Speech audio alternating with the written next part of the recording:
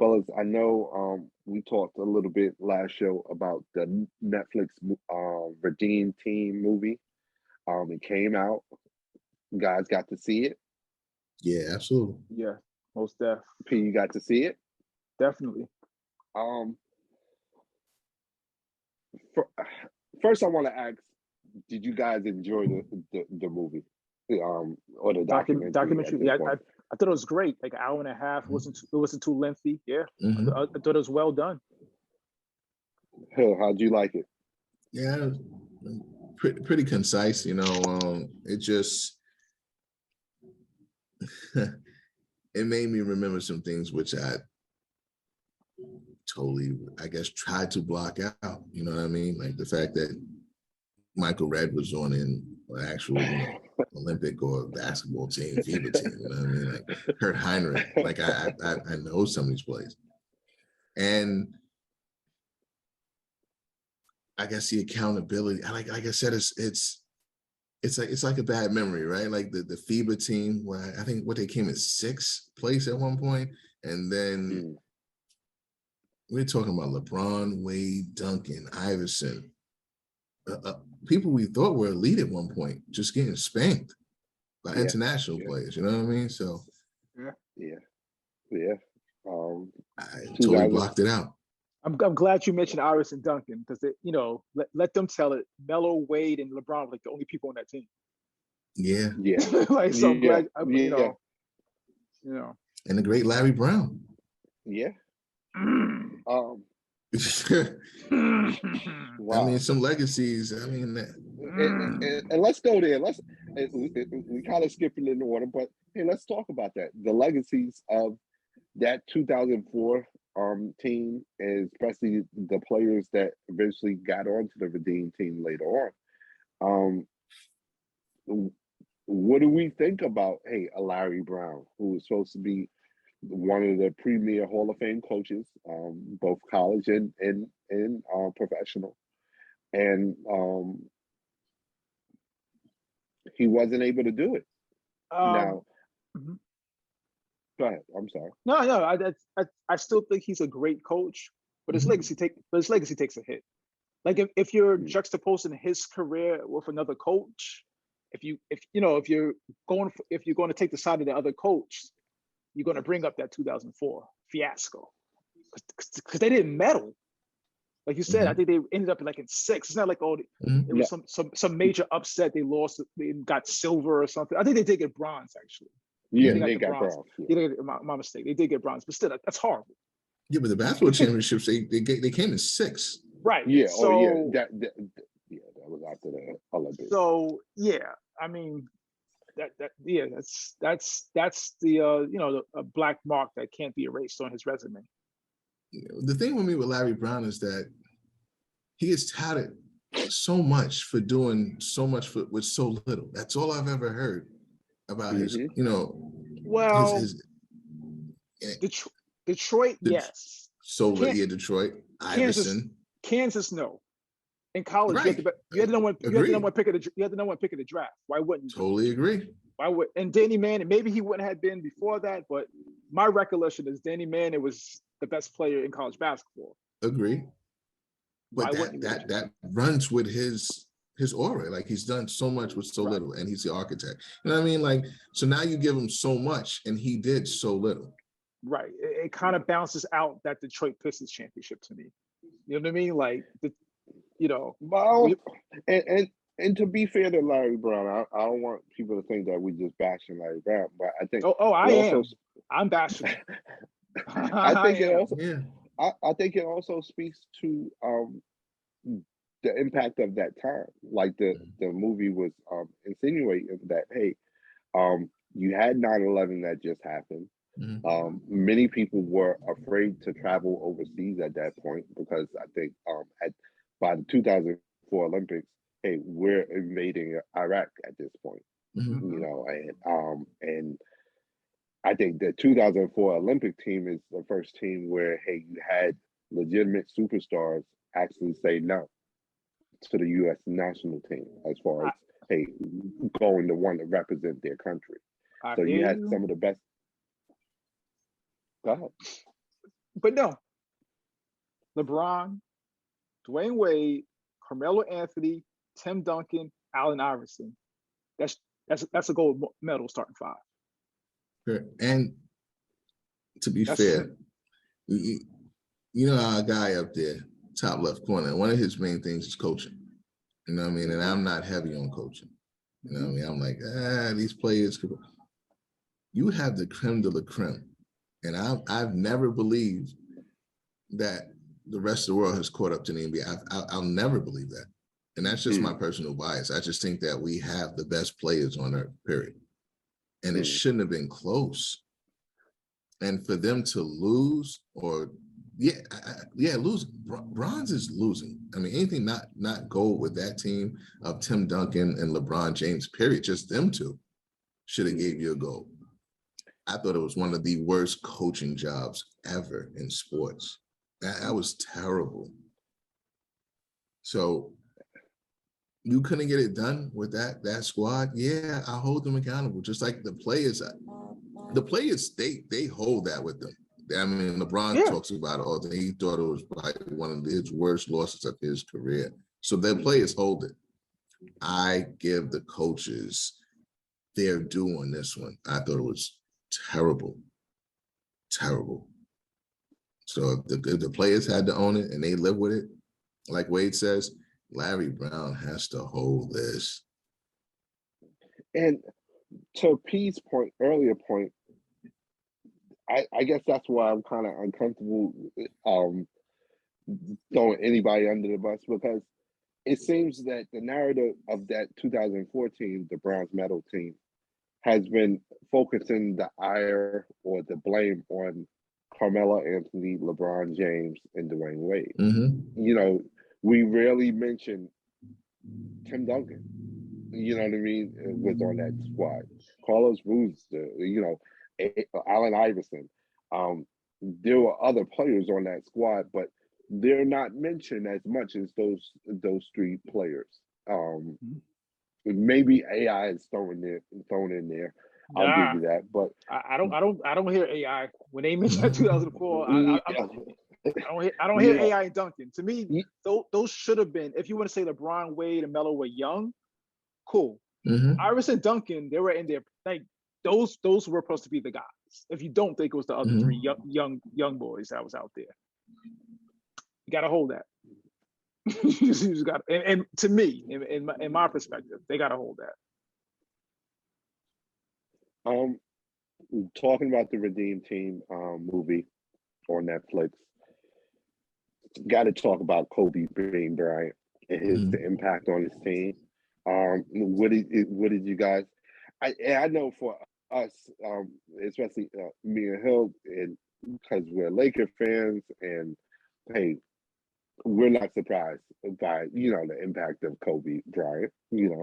But Pete, did you see anything new that surprised you about the impact of Kobe Bryant on that team? I think it reminded me. I think I knew already, to be honest, but I think it reminded me. And how we say that 2004 people took a hit, I think 2008 did the opposite. It kind of boosts Kobe, where you I think it boosted his legacy to me, because you have, like I said, 2004, you had some I dare I say great players on that team that lost. The difference was Kobe pretty much in 2008. So to me, that's just a boost to his legacy. Even like the Kobe, LeBron, sometimes people go back and forth. Well, LeBron couldn't get it done until Kobe showed up. That's just the actual fact. Kobe wasn't there in 2004, bronze. Kobe showed up in 2008, gold. However you want to slice it. That's what it is. Yeah. It's not like he was just piggyback off of P. Yeah, and piggybacking off of P, it seems like the wheels still were falling off prior to this guy coming on. Yeah. With Coach K, like Coach K picked up the Larry Brown mantle, he started losing. Right. Yeah. Right. Yeah. So it was like, he's the common denominator to help steady the ship. And to be fair, they did have a scare with Kobe, even playing in a championship game. So, I mean, things could have went awry there too. You know what I mean? But the discipline, the want, the respect of country, everything was put into perspective once he came on. You know what I mean? How you should operate as a professional, even though they were young. And I had my issues with, even when Kobe, with some of the movies we discussed it, you guys felt a certain way, I felt a different way. I mean, I thought the whole Goldberg rush through Pau Gasol, I thought it was tasteless. I said, I mean, you get 15 yards and maybe thrown out the game for that in football. You know what I mean? In basketball, I mean, it was just, he felt he was setting the tone. I thought he could have got thrown out. In football, they give you a pat on the back and say, "Good job, son," and keep it moving. Maybe somebody needed to do that in 2004. Maybe, yeah. Well, maybe somebody need to be able to hit a turnaround shot or be clutch in the clutch too, though. In 2004, I mean, he was just, and that's what I'm saying with Kobe. It's not just, you know, he just wasn't the talking and communication helped, but he actually helped them on the court. Like he was actually out there balling. You know what I mean? Right. So, and I think, to your point, Pete, I think Kobe on and off the court showed them that there was levels to this. That, hey, you guys say you want to be great, but how much do you really want it? You talk about being great. You talk about, hey, walking this path and how much you're willing to do, how much you're willing to sacrifice, and what you're willing to put on the line. What are you really willing to put on the line? Yeah, Powell's my friend and the whole nine, but guess what? I want to set a tone. I want him to know that ain't nothing sweet coming down this way. And that, hey, I'm all about business, and I will lay you out on the floor to get past you and get this goal. That too, they didn't had that to 2004. But that too, but let's get to it. The 4 a.m. workout, I feel like that was like probably the best scene of the whole documentary. There's levels to this. It's like, hey, how bad you want it? You know, that was very telling. That was just very telling. Like they're coming back from partying, he's, you know, starting his workout. You know, that's what made him special. That's what also made him an asocial, you know, asocial genius, an asocial butterfly outside of it. You know what I mean? Yeah. He had some quirks which made him an all-time great in his sport. But personality-wise, you know, he put down his guard a little bit for these guys, which they were able to relate somewhat, which helped them assimilate. But Kobe was always rigid, you know what I mean? And that's what made him great for that team. I think what strikes me is they redeemed themselves of abominable losses prior to those years. You know what I mean? And I find it comical that it's actually what could have been, I guess, from a talent standpoint, who's better. And for me, it's the dream team. And we were lucky enough to see both teams, us here, but the fact that it's actually a question that should be comical. You know what I mean? Like we're talking about 30, 40-point leads the dream team had. You know what I mean? I think we're all in agreement on that, Hill, right. In the sense that, from my perspective, I can't compare bronze medal winners to gold medal winners. I just can't. There's levels to this, and I know we talked about this off the air. Like, you guys had issues with Rudy Fernandez and Pau Gasol. What are y'all gonna do with Michael Jordan and David Robinson? Really? Like, and we're gonna compare these two teams? Like, no, I think the dream team actually had more talent. I think the dream team that's what I'm saying. More talented team. Yeah, that's what I'm saying. Like, hey, and the Redeem team, y'all, you know, want to compare yourselves to the dream team, but y'all had issues D'ing up Rudy Fernandez and Pau Gasol.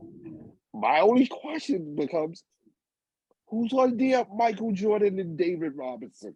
Yeah. I'm not even going to mention Pat Ewing. I'm not going to mention Barkley or any of those guys. Just those two guys. Who's going to D those two guys up? You know what I mean? Manu Ginobili was giving y'all fits. You know, who's going to D up Mike? That's it. Yeah, so I like you said, I don't even think it should be a conversation. Redeem team versus dream team. That's laughable. Yeah, that's a clean sweep. That's a clean sweep. That's 3-0. They're better. Like, you know what I mean? Like, Yeah. you look at that team, you look at this. Oh no, this seems better. It doesn't take that long for me to figure this one out. Yeah. Let's move on. Olympics is going to be coming up 2024, I believe, in Paris. Paris. If we had to formulate our Olympic U.S. national team right now, who would make that roster? And do we think that they can be competitive in the international war? You know, earlier we mentioned Jason Tatum. I think he would definitely be a strong candidate to be on the team. Devin Booker, Bradley Beal. Right, you know what? Would it be like? Okay. See, and age plays a part. I personally, I think they should recruit Curry. Start recruiting Curry now. Like, but I think Curry might be like probably the most important United States player to be on that team. All right, let's fill out the guard positions. All right, let's say Steph I would Curry. say Curry, Beal, Lillard, Morant. Okay. Now let me ask you this: would you consider a Scoot Henderson in that? No. And I'm thinking 2 years down the line. 2 years down the line. This is one of those, we ain't got time to play around. You need the best. Unless you think Scoot Henderson is going to be better than Dame, but which I don't. All these other there's no time for that. You know, we'll get one young kid. No. You need your 12 best players on the U.S. team. Period. All right. So you said Steph, Dame, Bill and Morant. Ja. Yeah. Okay. I think that's solid rotation. Oh, no Booker though. I see. I had two guards that had Booker. I had Booker and Clay. I was running Beal at the point. You know what I mean? Ooh. I mean, if you was feeling, I mean, people are not going to make this. I mean, because Clay might be too old, Steph might be too old. You might not want, Beal. You know what I'm saying? I would think Lillard, because you might have Lillard, John Morant, you have Trae Young in there. Yeah, I would definitely. I definitely would want Dame. I probably would replace Bill with Clay, actually. Just for the shoot. Booker you want on there. Yeah. You want Klay Thompson on there, right? Yeah, I want Clay. I think Bradley Beal is almost a lock for some reason. I don't know why. It's possible. And he's a good player, but there's others I would take ahead of him. I'll just put it out. All right, so we got Curry, Beal, Lillard. You wanted Thompson in that, so 5 guards. Yeah, I mean, then you're talking about what you got Cat on the team, right? Anthony Davis. Yeah, you would hope that they both. I hope Anthony's healthy for that. And would he not be claiming DR? That's the thing. I think he did play for DR in international play. I mean, because Cat might be off the list.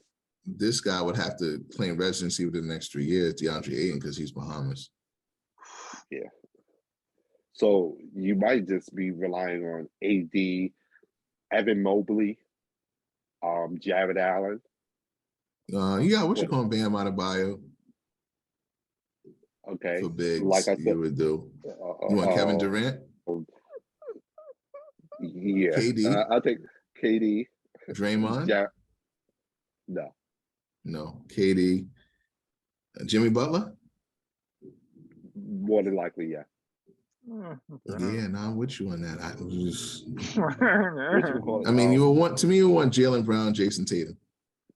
Yeah, definitely. But Jaylen Brown's not going to make it. Probably not. Numbers game. No. Probably not. Right. Nah, I think because you're so deficient at the center and power forward position as far as having size, you got to consider getting Jaylen, because you're going to need defense, and you're going to need some defensive pressure out on the wings and stuff like that to help you out with that. also somebody that can, hey, bang down low in a pinch. And I think, hey, you're gonna want athletic big guards. Paul George. Yeah, in that vein. Kawhi Leonard's not going to make it, right? I mean, I would extend if he's, I would extend the invitation if I was definitely. USA. If he's healthy, I would definitely extend that invitation. And coaching is who? Spoelstra or Kerr? I think it's whatchamacallit, Pop. Pop didn't give it up yet. Are you still there? No. Pop took it over from Coach K. Oh, okay. And I believe this team took some L's too, right? Like the current USA team with Chris Middleton on it.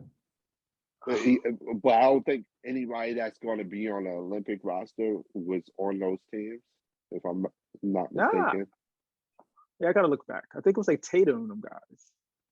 Chris Middleton. Yeah. I mean, I just remember. I think Pop lost in international basketball. So Curry doesn't have a gold medal yet, right? No, that's the thing he's missing. And that's why I think he's going to be a lock for this team, 2024. I think the issues 2024 Olympic team is going to have is, like I said, finding size down low. You're going to have to go young or look to players that you probably wouldn't have invited 2 years ago, like Jared Allen. You know, like, hey, he's going to have to be invited because, especially if you can't bring Cat in, you know, DeAndre Ayton. Yeah, definitely.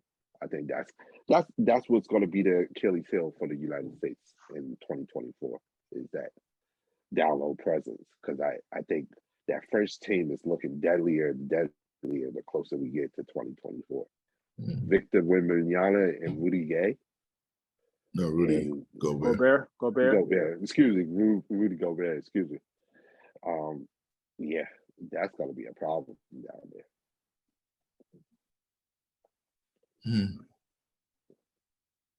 Should be interesting. Guys. Yeah. Hey guys, let us know what you think.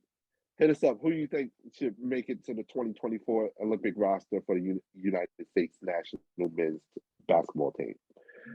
Hit us up on social media, Facebook, Instagram, TikTok. And don't forget to subscribe to the YouTube channel. Hit that notification button to let you know when the next show is coming up. Or you can email us directly at weneedafifth@gmail.com. Fellas, what's on the radar, man? What? For me right now is some untimely news. It's just prayers for Mr. Fingerwave, Dikembe Mutombo. He is recently, receiving treatment for a brain tumor, which he is. Oh wow! Yeah. All right. Yeah. That's the first I heard of that. Yeah, definitely prayers up to Dikembe, man. Yeah, he got diagnosed with. You know what I mean? He was over there in China with Golden State and Washington. So, but he's, I guess, disclosed it that he is receiving treatment on that. So, our prayers for Dikembe. Definitely, good dude. From all for all the reports, all the work he does. Yeah, absolutely. Especially in Africa, and great individual. Yeah, prayers up for real. P, what's on your radar, man? Tuesday, come on, man. Hey, Tuesday, opening night, man. Can't stop, can't wait. That's it. Nothing else. That's on the radar, but I'm here to tell you guys, I'm here for that Black Adam movie. I'm here for this. All right? I'm here for that Wakanda Forever. I'm going to keep on letting y'all know about it until November 11th. Mom, y'all need to send me a check early. But I'm here for that. So what's on my radar? NBA, Black Adam, Black Panther. All right? Always better on black. Here you go. Yeah. Anything else, fellas, before we get out of here? No, that's it, man. Get your popcorn ready for Tuesday. Yeah, man. NBA season. We here for it. Let's what get we it. do.